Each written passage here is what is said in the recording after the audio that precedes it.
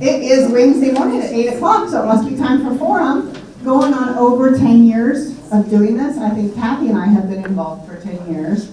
And we can't quite pin when exactly the very first forum started, but what a great thing for our community that we can get together every Wednesday morning and just learn something new and interesting. And some subject matters are going to be really interesting to us individually, and some aren't. But I know even when I come to ones that I don't think are going to be particularly interesting, I always learn something that's always more interesting than I think, and that's because Kathy Heavers, Judy Ann Files, Phoebe Benzinger, and myself, I'm Barbara Bynum, we work really hard to try and think of creative, new ideas. And then sometimes we bring back an old favorite because we recognize that even though we've heard that topic over and over and over, I mean, 10 years, you've got to have some repeats. It will be new to some of you, or the information might have updated. So we appreciate when some of you might see a topic and think, didn't it just happen? But we usually make sure it's been at least a year since we had a new one back. This morning's presentation might be an exception because the Montrose County is working on their master plan, and that process has multiple phases and multiple steps. And this morning, their consultants are here all week working with the county and the planning department. And they're hosting a whole bunch of community meetings, and we're really fortunate that we have them here this morning at Forum because it gives us a time to hear that information at a time we're normally expected to hear that information, and we don't have to go somewhere at 5 o'clock in the evening when we'd rather be on our porch. So, with no further ado, let me introduce Talmadge Richmond. He is the Montrose County planner, and so at the Montrose County staff level, Talmadge is responsible for this whole project. And it is overwhelming, and so he brought in a team to help him. So let's give Talmadge a warm welcome, and he'll talk to you about the whole process. Thank you, Barbara. Yes, it can be overwhelming, but we have a great team that's been working hard on this. So I'm Talmadge. I'm the Planning Development Director for Montrose County. Commissioner Hanson is here. Katie Jurgensen, Erica Story have both been. If you've seen it on Facebook or if you got the postcards in the mail about the master plan, that's our communications team. They've done a great job at spreading the word that we're updating our master plan. Dennis Murphy from the Planning Commission is here. He, special thank you to him, has put in hours and hours of reading this plan as well as the previous couple drafts that we've had. But this is the first draft that's being presented for public review, and we're excited to present it to you. And I'll turn the time over to Alicia now to introduce her team.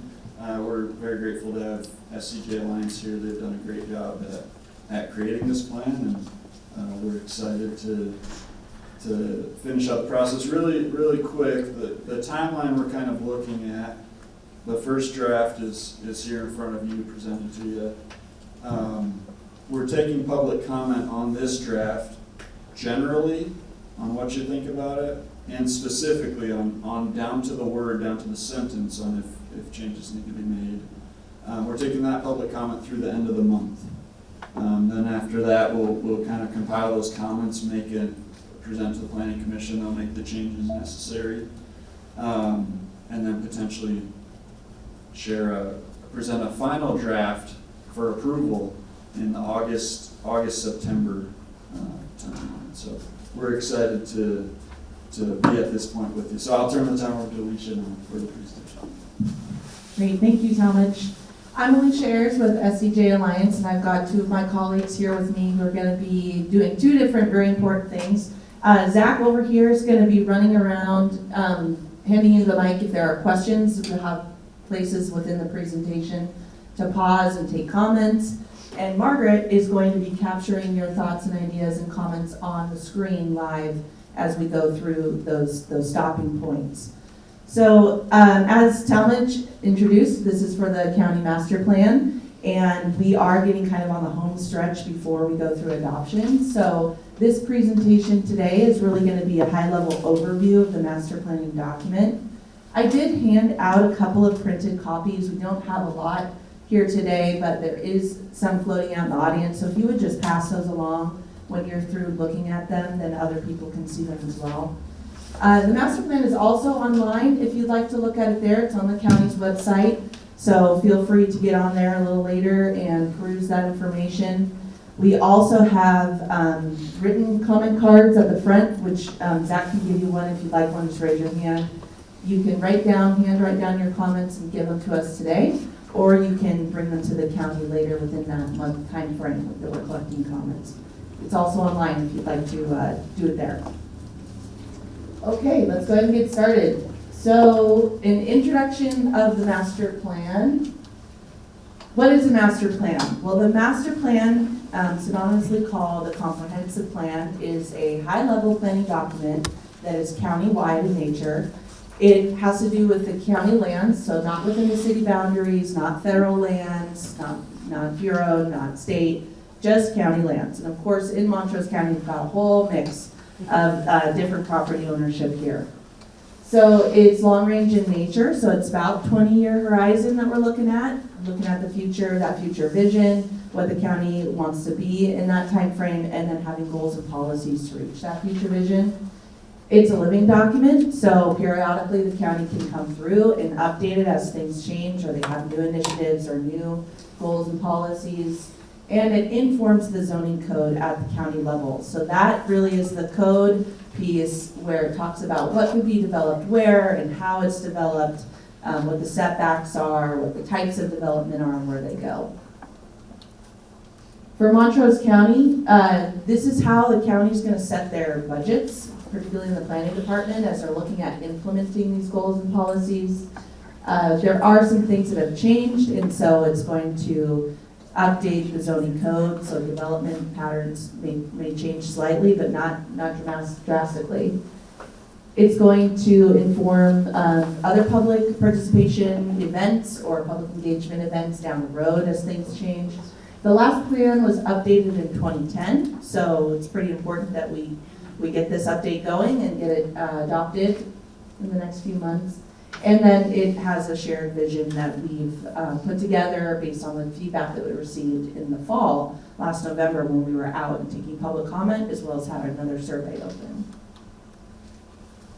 So within the master planning document, there are some pretty important topics. The plan really dives into each of these topics and talks about what's going on currently, how are we preserving these things, what does the future look like. So we've got agriculture, land use, water supply, economic development, transportation, and of course, if you know anything about the county government structure, you know there's a public works department with transportation, there's planning with zoning, and there's all these departments that implement these different things. So this high-level overview really captures that vision, and then those bodies implement that vision. So why is it important to you? Well, this is, taxpayer dollars pays for these types of meetings and engagement and future planning that happens. So this directs the budget for those things. It also helps direct infrastructure improvement or facility improvements. There's a direct impact on development, and so that's why we want to have that input from each of you. It also helps to build the community. So we're in Montrose City today, and we're going to have some public meetings tonight in Mayor and Olathe, and we're talking about the surrounding areas as well as the West End. That was last night, and these decisions inform those places and what they will look like. Much different than the culture that's here. They're all part of the same county. So our public engagement process, this is a look at everything we've kind of done. We're in the master plan rollout phase right here, but we started with our core team. And our core team really was the consultant team, the county body. And so we had the planning director, communications team, as well as public works on there, and the city administrator. And we meet monthly to talk about what progress has been made on the master planning document, and then the implementation of this. So planning for all the public engagement, and the surveys, and that kind of thing. We did orientation interviews. That was about 16 people we interviewed in small groups. Some were held in person, some were virtual over a Zoom meeting, some were by phone. That informed our community survey and envisioning workshops, which we conducted in November. That's where we came out. We went to different places within the county, just like we're doing this week, and talked to folks like you and others about the master plan. Like I said, we're at the rollout stage, so we're just replicating that effort that we did in the fall, coming to each of the locations, and then there'll be the final plan presentation when we're ready to adopt it. And as Talmadge mentioned, we have the comment period open now until the end of the month. And so we'll take all of that feedback in, analyze it, look for common themes, look for very specific word-for-word updates as they make sense, and incorporate that into the master plan document. So here's some photos from our community engagement. Last time we did come to the community forum. We had a really great turnout. I think there was over 100 people there. South Planning Area, City of Montrose, we did this meeting on Monday. We had a real good turnout there as well. I think I recognized some of your faces who were there on Monday. We did a lot more kind of engagement with sticky notes and feedback at those meetings, so people were answering the questions of what do you envision for the county, what do you perceive as the issues and the opportunities, and that's some of the feedback that we took in person last time. And then we were over at Mayor, which we're going to tonight. Our team is going to Mayor tonight to do the same presentation, while our other consultant team, CPS, they're going to Olathe. So here's a look at that schedule. Monday, City of Montrose. Tuesday, the West End, the over by Natarita and Nucla. They were there yesterday evening. And then today we have the community forum followed by the public meeting and open house this evening in Olathe and Mayor. So a little bit about the county context, and then after this section there will be a pause for questions and feedback. Here's the vision statement. A lot of what we heard about the community's vision was preserving the culture and heritage of Montrose County. And so this vision statement really embraces that and wants to capitalize on keeping things the way that Montrose has always been. There's a lot of history here, and that's important to the community, and so we want to make sure that we're not straying too far away from who we are and what we've developed here from the past. These are the 9 core values that came out of that engagement. We've got agriculture, natural beauty, culture and heritage, collaboration, environment, engagement, sustainability. Each of these topics are, we dive down into each of them a little bit further within the master plan document that you can look at that we have here today, but really describing, well, what does it mean to have a value about agriculture?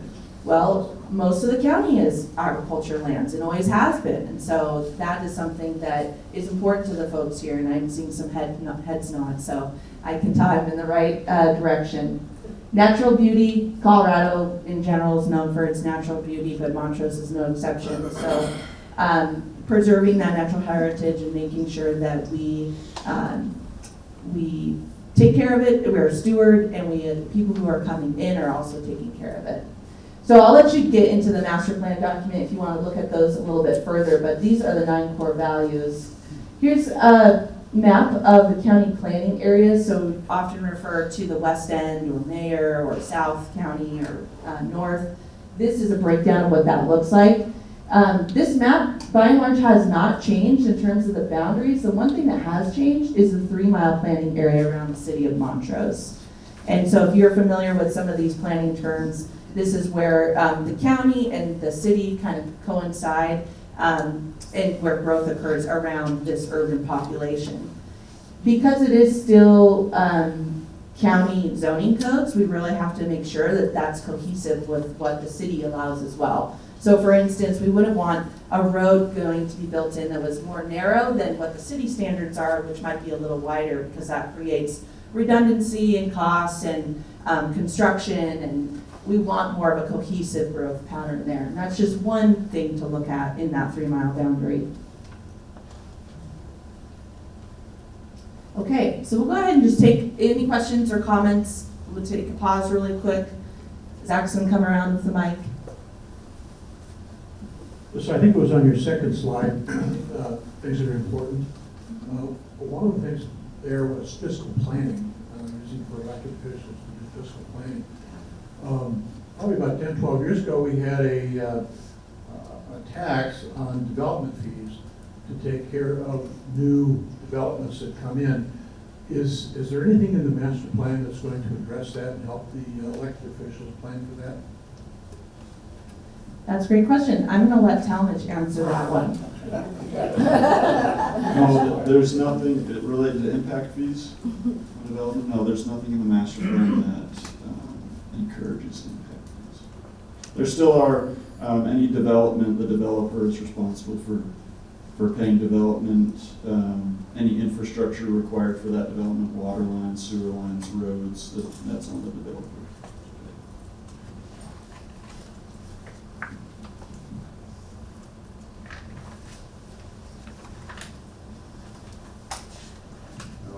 Two things. One, they put a traffic light up at 550 and Cedar Road and didn't allow any right turn lane onto the highway, and it's backing up traffic every day. And I've called, and this gets to the city, county, state of Colorado interface, because I called all three of them, and each one pointed fingers at the other one. Nobody answered any questions.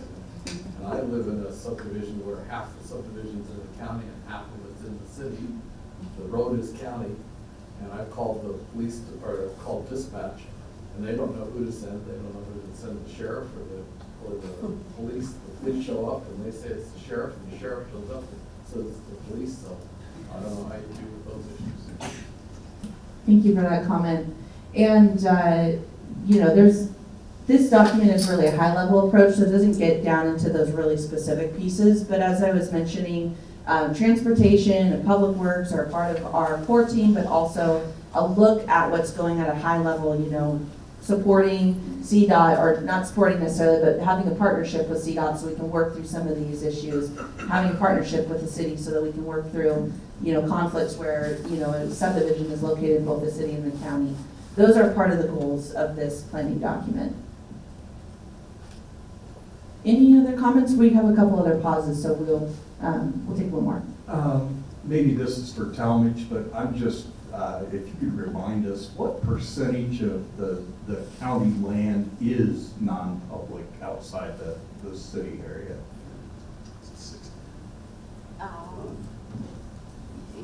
It's definitely the vast majority. I don't have the exact answer. I could find that for you. For some reason, 60% is coming to 68%. 70%. Yeah. 70% of public And 30 plus. for private.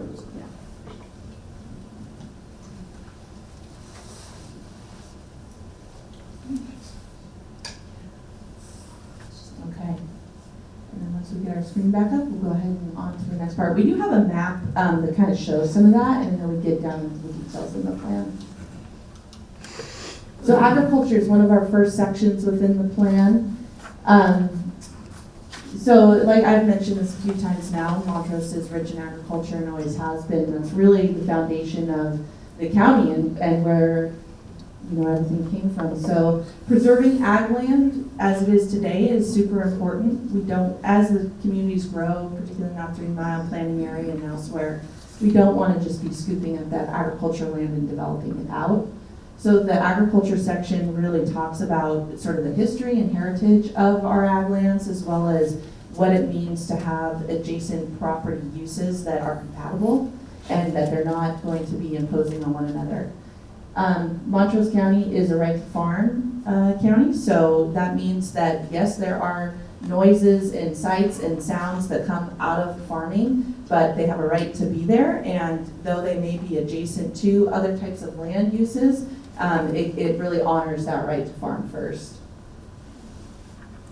Water management is also pretty important. We do have a water section within the plan, but the agriculture section talks about water as it relates to agriculture and the irrigation that goes into that, making that efficient as possible, partnering with local water groups or districts or agencies as well as farmers to talk about that.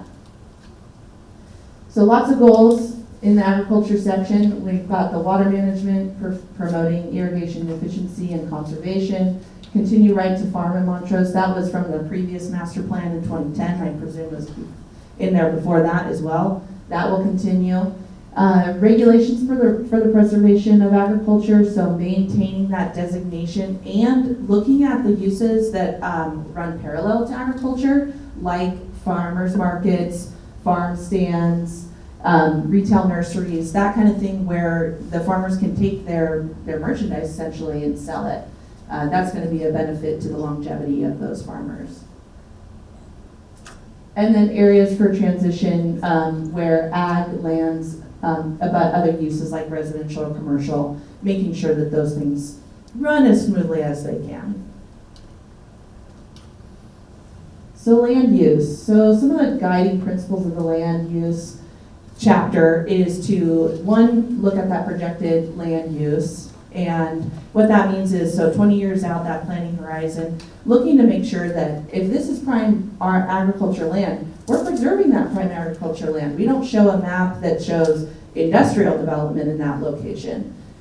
In some locations, that is necessary, but it never really scales up that way. It's very gradual. It has to make some kind of sense. We're not just trying to plop down something really intense right in the center of prime ag lands. But to that gentleman's question, the county is primarily composed of agriculture and agricultural rural residential land uses. And so this one's pretty self-explanatory, but what this one means is that the land use types, it's really less intensive housing types like single family, plus larger acreage. There's a look at how that looks on the map for that future land use. So the green, of course, is in agriculture, and we have some really big locations where that's located, and then lots of little spots as well. The pink is that agricultural rural residential, so where you might assume it would be next to more populated areas, that's where you're going to find that land use. And then the public and recreational lands, that's everything in this kind of gray white. So to his question of how much land is public versus private, this kind of gives you an idea of that. Yes, sir. Where's the proposed Dolores National Monument? Where's the proposed? Dolores National Monument. It's on the Dolores River right there. They're proposing to put thousands of acres into 400,000 acres into a national park. Oh, okay. Could have a bit of impact. Yes, it could. And we have a map that kind of talks about uses. Now that one is not one that quite falls into the fold of what I'm just going to share, but let me get to that point and then maybe Talmadge can help clarify some things. Another thing about this map is we've also identified commercial nodes and commercial corridors. So that's these little squares on here. Within the master plan document, we have some maps that are enlarged so you can really see what those look like. They have changed slightly from the other master planning document. By and large, they remained on 50 and 550, but we did have one out here on this section of 50 and a couple others, I think one down here, maybe one kind of out here previously. Now that we've seen how those work and whether they did work or didn't, we're able to move them around and really think about the future. The corridor stretches are in this red color, so you can see we've got some around Nucla and Natarita, and then right here along 50. And what that means in both the nodes and the corridor stretches is that more focused concentration of commercial or retail development may occur there. And then what the specifics of that look like are really provided within the zoning code. So here's some of those enlarged maps of those nodes. We put a fourth of a mile boundary radius around each of these corridors. They're kind of signified by their crossroads here. But the quarter mile is, in planning terms, a pretty comfortable distance to walk. And so when we're talking about more dense development at these locations, we want to make sure that it's walkable and easily accessible. As you saw on the other map, they're always along these major corridors. So the other significance in doing this is to try to divert traffic into a single point of entrance or just a few points of entrance so that there's not a lot of in and out traffic with driveways coming on and off that 550 and 50 in those major corridors. Through some of the transportation access plans, we found that more access points along the corridor decrease the amount of safety that's there, as well as increase the amount of traffic and stop and go movements on the highway. So here's the special permits use map, and this is the map I was kind of referring to for that Dolores Monument down here that that gentleman was asking about. And the county has a number of special uses that they don't outright allow within the county, but they're not prohibited, they're not allowed. So this map really shows where the prime farm agricultural land, it's a little hard to see, but it's all of this hash marking up here in the green and around the county, and there's some spots down around here. We also have flood hazard zones, so as you might imagine, we don't want to be placing, say, RV parks within a flood hazard zone or other types of uses, and those are in blue. This will be available online in a PDF format so that you can enlarge these sections and really get down to the detail of what they look like. We have the existing gravel pits, those are in the star, marked by a star. And that's where we're seeing geologically where there are stores of gravel. So that's important because if you are living next to a gravel pit, that might not be very pleasant for you. And we want to make sure we know where they're at and what that adjacent land use looks like. We've also got the municipal boundaries, the urban growth boundary around the city of Montrose. And for utilities, we've showed transmission lines and substations. So that's all of these purple lines. Where you see them convening to one location, there's a dot there, and that represents a transmission substation. And those are important because, as we know, solar farming and renewable resources is coming into the county as well as the state at large. And what better way to tap into the system than being located next to these transmission lines and substations. So rather than placing solar, for instance, along the corridor adjacent, while it's easy access, we don't necessarily want to look at that. And it may be located some distance away from these utility structures that we need to tap into. The buffer here, there are different buffers on the map. One is a 1 mile and then there's a half-mile buffer. And so just like in that example for the solar panels, we want to make sure that we know this is prime farm agricultural land. It's also public lands, but we don't really want to locate some of these special uses there that aren't. They're pretty sightly next to, adjacent to the road, especially when we're recognizing that our vision and our values point to preserving agriculture, preserving our heritage. The distances were chosen because the naked eye that's about how far you can see on a flat plane. And so what this map is used for is really having those conversations with developers coming in wanting to develop those types of uses and saying, well, yes, you are allowed or you can get a special permit for right here, but wouldn't you like to be maybe out here where we can tap into that transmission line and away from prime agriculture, away from that site buffer. So it's a way for the county to have a conversation with the developer on where these things are located and what works for them, as well as what works for the county. So regarding the Dolores Monument, that is within that site buffer. And so that would be one of those things to have a conversation about. If it's located here, how do we make it pleasant? How do we still preserve some of the natural character within this area? Or is there room for adjustment? Housing is within the land use section, and so growth has spurred a lot of demand for more housing varieties. So not just your single family, but on up into more dense housing types as we're looking at families staying within the county and then them needing to support their families and maybe have a more affordable option for them. The housing options currently sort of reflect the larger plots of land within the county, so that gets back to the two prime zoning and land use types is rural and rural residential, or agriculture and agriculture rural residential. That's where I talked about, yeah, we have a single family residence, but it's on a pretty large acreage. And then also planning for housing within that urban growth boundary, just making sure that there's cohesion between the city and the county. And then we'll take some more comments or questions?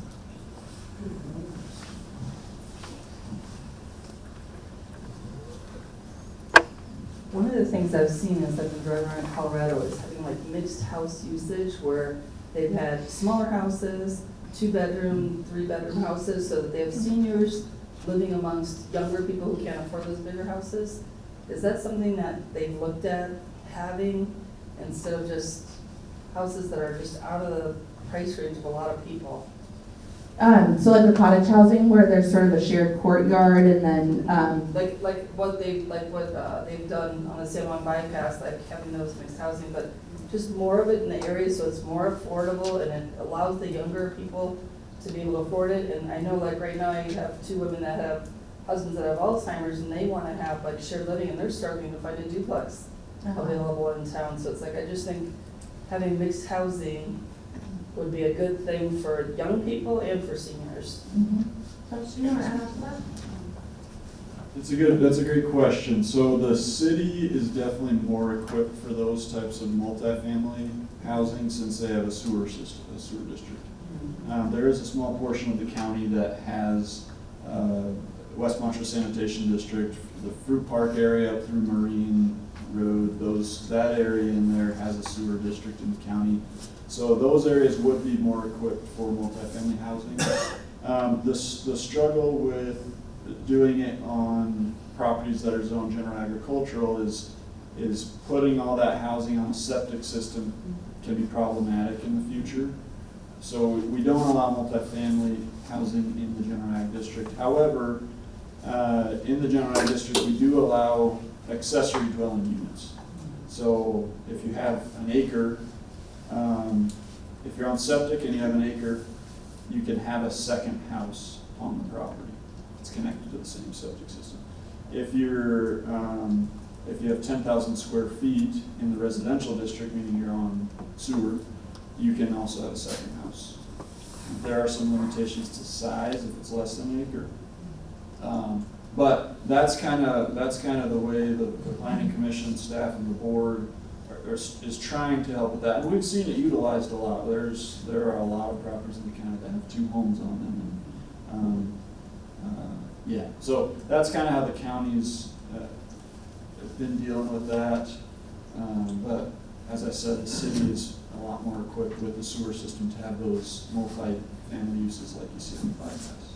I think people in Norwood were talking about it a couple of weeks ago that they need that housing. That's why I was wondering. Yeah. Similar to New Glenn-Atarita, they have their sewer systems where they can potentially handle a little more density than a septic system could. But similarly in New Glenn-Atarita, unincorporated areas can also have 2 homes on the property. Thank you. You mentioned that you have the coordination buffer related to the city and the county. How did you address adjacency to federal public lands? Would it be, you see a lot of floating polygons on your maps, and I know they're surrounded by federal lands, National Forest or BLM. So there's a lot of coordination and management between the county, and especially on roads and weed management and other things. And there's a potential for land exchanges in the future and development on private land within federal land is considered when the federal agencies are doing planning. How did you deal with that adjacency in this federal and county? Yeah, so the land use section and there's a Parks and Rec and a Natural Resources talks about it's high level, so it talks about being a partner in that and talks about the different agencies to be a partner with, as well as referring to some of their planning documents that, impact Montrose County. Now specifically, Talmadge should probably have to speak to anything specific there, but when we put it in the plan as a goal and a policy, it's a way for us to point back and say, no, this is what we wanted to do. We wanted to be your partner and we want to work with you, and we're going to hold this meeting and talk about these things. And you're right, how does that interact? How does that interface interact when you have a road coming off the county going into federal lands and what that looks like? Standards can be a little different. So this plan really honors that partnership. And Talmadge, if you want to add anything specifically. Sure, just briefly, you touched on transportation. That's a big part of what we're talking about, coordinating roads that come from unincorporated county onto public lands, back to county, back to public lands, back to, so that is an action. I think it's a goal element in the plan to make sure we're coordinating with federal lands and our public works department. That's why, as Alicia mentioned, our public works staff was involved in the core team meetings, and they've been involved in the review of especially the transportation elements of the plan. So we'll continue to be coordinating with those public lands.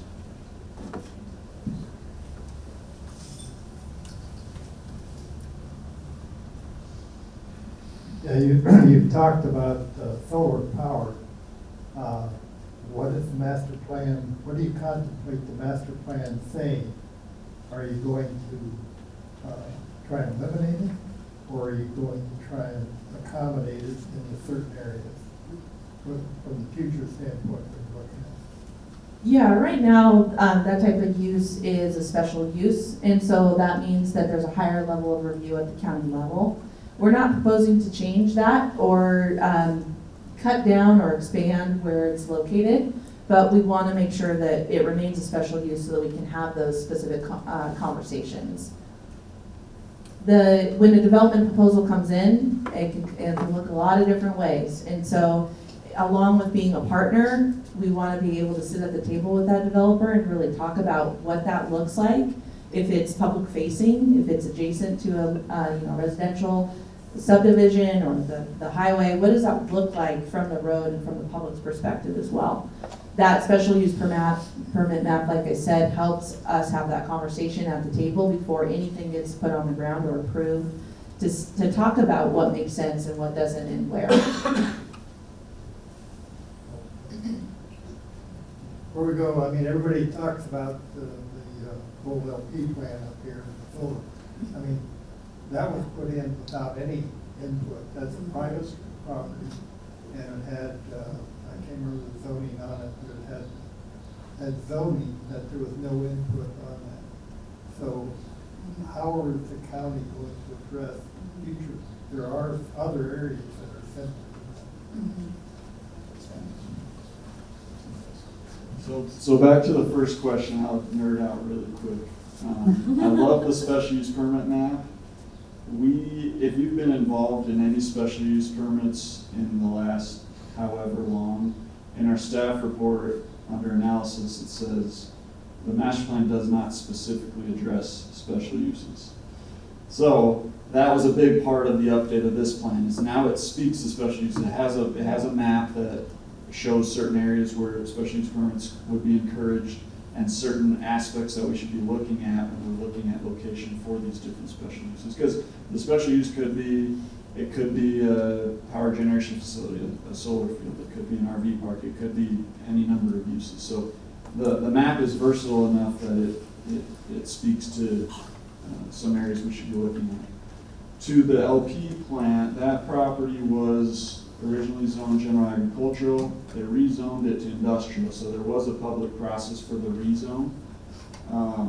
And then once it was zoned at industrial, power generation facilities are allowed in the general industrial district. So they didn't have to get a special use permit for that. They're just straight up allowed. However, the new plan does speak to creating some use standards.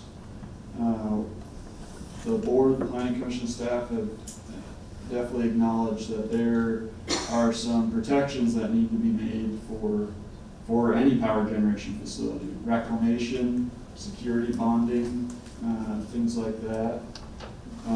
So that is part of the plan to encourage use standards, whether it's special use permit or allowed by right, such as the LP plant. The county would be protected with buffering, reclamation plans, bonding, things like that.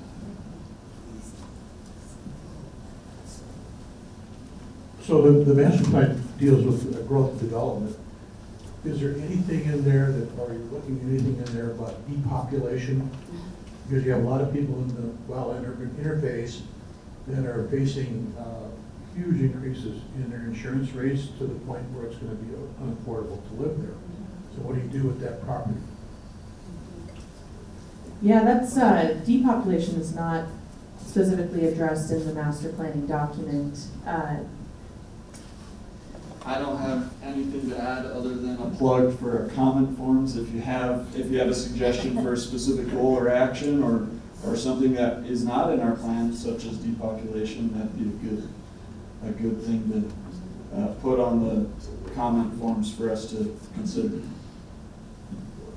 Yeah, I kind of like what you were getting at with the urban interface and sort of what folks out there are facing with their insurance. We did have a comment at the Montrose City open house on Monday about impacts to insurance based on wildfire hazard.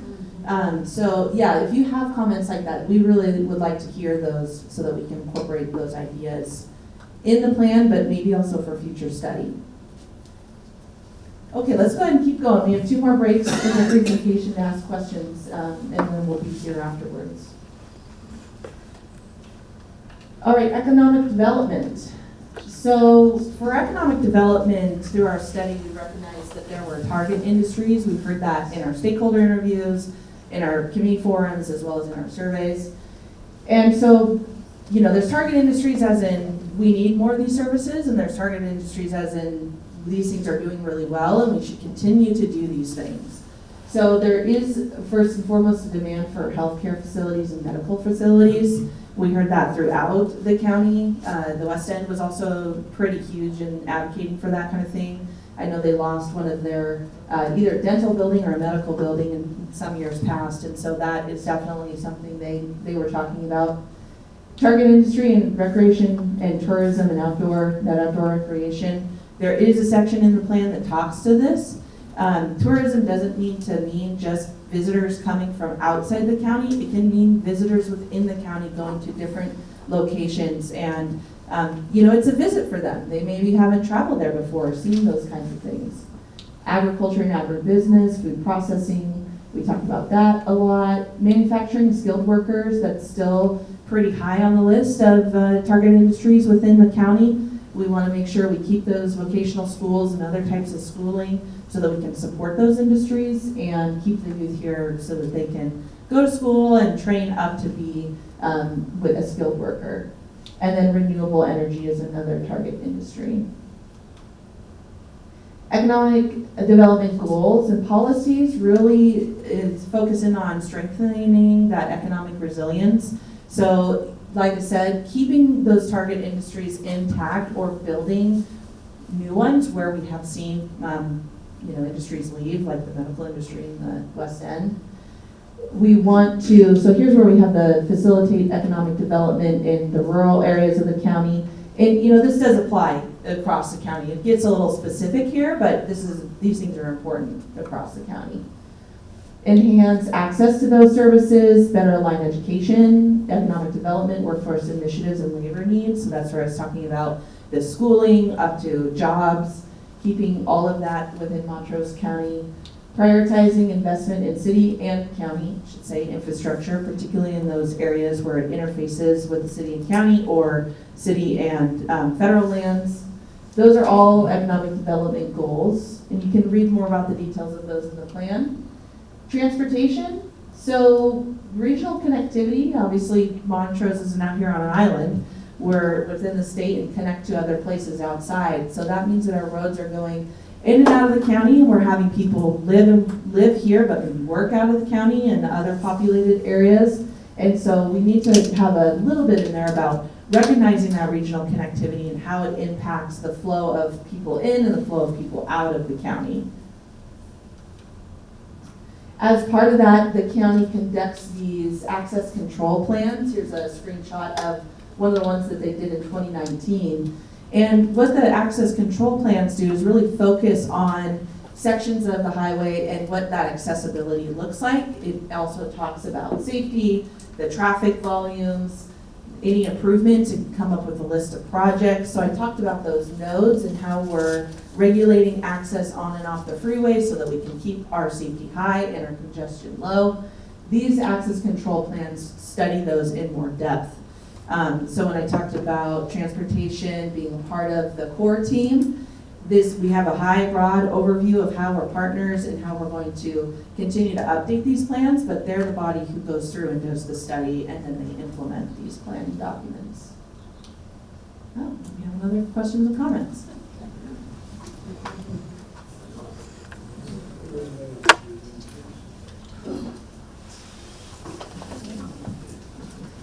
So under the economic development section, you talk about enhancing access to essential services, and I know that's important, to build a workforce, right? I'm concerned that the plan doesn't mention public health, which is a service provided directly by the county. It doesn't mention it at all. The only mentions of public health are the state public health department, and that's something where we've fallen down on the job as a county. As far as when our population grows, the services we've provided have shrunk significantly. I think that's a leadership issue, but it's really concerning that it's not even mentioned in the plan when it's a service directly provided by the county. Well, should be. Yeah, thank you for that comment. And we're trying to type capture that as we're here and we have it recorded, but we're going to be incorporating and considering all of the comments today, as well as through our comment card. So that's a very good point. Thank you for pointing that out. Another question? Over here.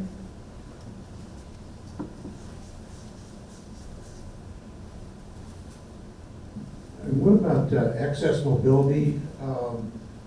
For example, like a plan for bike trails, widening shoulders on, for example, like on Chipeta. So let's say for people who use bicycles and to walk.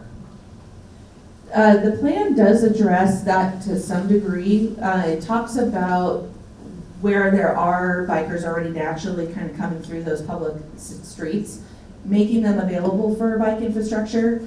Specific planning efforts or striping it or creating some sort of designated lane, that would be handled more specifically through the county transportation. But the plan does talk about looking at where bikers are naturally biking and then making those part of that bike network.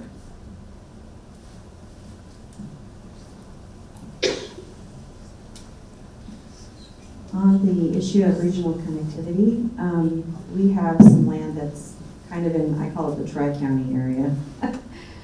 So we have Montrose, San Miguel, and Uray County where they all kind of come together. And I've just witnessed, a lot of traffic that comes between all the way from Delta all the way to Telluride every day, back and forth. That's a huge, long commute for some of those folks. And I think there needs to be something to kind of help mitigate, that if it's, a more of a development node. And Talmadge knows what I'm talking about, but I think it's important that we look at that and understand how we interact with those areas of the state. Yeah, that's a great point, and we do have some of those nodes down along the bottom of where it connects from Montrose down to Telluride. And so future study on what is in those nodes and kind of how that develops and how that impacts and interfaces with traffic is definitely part of this plan. We did recognize within the plan the regional connectivity down to Telluride and Moab and north and east and all of that. So there is a bit about that in there. If you have more specific comments, of course, we'll take those too, but we're still working through incorporating some of those details.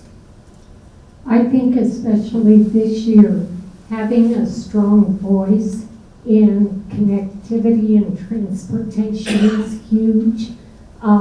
If we're trying to get to the eastern slope and they closed I-70 because of an accident, and then they closed 50, and then they send us toward Uray, and the delay there is 30 minutes. It's been a real problem this year. And unless we can specifically state we have, or we're trying to have a strong voice with other entities to explain how it's an issue for us, I think we're missing the boat. Thank you for that comment. We heard a little bit about some similar issues at our Montrose County meeting too. So maybe one more comment if there's one, otherwise we'll go on. And you have about 10 more minutes total. All right, let's go ahead and keep going. So natural resources. So that's that special use permit map marked where those gravel locations are. And actually, the county has a plethora of GIS data which shows mapping of geological, points or different resources, materials, natural resources. So we were able to really analyze that, and there are maps available that really dig into these categories, but also other types of natural resources within the county. These are kind of the four big ones: mineral deposits, timber resources, waterways, renewable resources. And so the natural resources section of the plan really refers back to other specific planning documents that either protect those things or, you want to make sure that you're not exhausting those resources and depleting them down. So there's kind of a longevity piece to that we're not just exporting, but we're really planning for a longer term use of those natural resources. So there's one of our first goals. So keeping those planning documents up to date promotes responsible stewardship and planning for the future. We also have some pieces within the natural resources regarding wildfire hazard. So I mentioned like high prone flood areas on that special use map, but it also includes high prone fire areas. And that's, like the RV park example, you don't want it in a floodplain, but you don't want it in a high prone fire area either. That can be problematic. So we have goals and policies within the natural resources section to protect and guide that. Recreation and tourism. And so for tourism, I mentioned that tourism just isn't from just outside the county, but within the county. And one of the first pieces to protecting those natural resources is really or recreation locations is recognizing where they're at currently. When things change or development comes in and it has an impact to those types of uses, or we want to build upon those uses, we really need to know what we're talking about and what we're dealing with. So pointing to those things within the plan and saying, no, these are part of our culture and these are part of our heritage and this is important to us, allows us to plan for development that may have impacts, added traffic congestion, adjacent uses that may not be compatible with those things. Within the county, there are, of course, a variety of destinations, landmarks, and cultural attractions. So that's where we really want to recognize that and look at the future of those things. And then maintain and develop infrastructure to support those things. So your bathrooms, your roads, your signage, your trailhead signs, all of that stuff is important for maintaining and supporting that infrastructure. Some of the goals within the recreation and tourism section include enhance our online presence and attract visitors. This, of course, brings people in, they visit our towns, they spend money, they stay. We want to make sure that that information is readily available so that people know where they can go and what that means to be there. When is their off season? When is it open or closed? We want to make sure that information is available. Prevent damages to habitat through the development process and encourage compatibility. So even once the development is there, we want to make sure that those people have in mind to be good stewards. We don't want to see trash left behind or damages to those different parks and recreation locations. And then support and maintain recreation and tourism locally in Montrose County. Final questions and comments?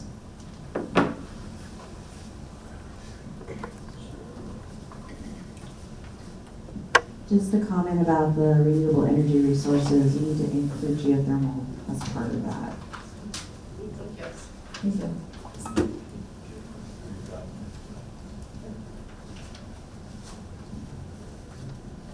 I'm concerned that geothermal needs to be investigated. DMEA has supported it in the past, and I myself have geo-exchange, and I don't pay for any heat because I use my lake. It's geo-exchange, not geothermal, and it doesn't have the visual impact that people are concerned with solar and wind farms. And we are a hot area in the country for geothermal. Please investigate it. Thank you. Okay, we're getting down to the wire, so we're gonna go ahead and wrap up here. We'll put the last screen on the board, and what it has is just my information. Of course, you probably can get Talmadge's information pretty easily. We'll be here for a bit. And there's this QR code here if you want to take your phone and snap that. It will take you to an online website where you can type in your comments and questions specifically on the plan, however broad or detailed that might be. And then at the front door, and Zach has some in his hand, we have a flyer sort of explaining the process with the QR code on the bottom. Or if you want to stick around and write your comments out, we have a few that you can write those down. Thank you for coming out, and keep looking forward to seeing you and learning more about this master plan. Thank you.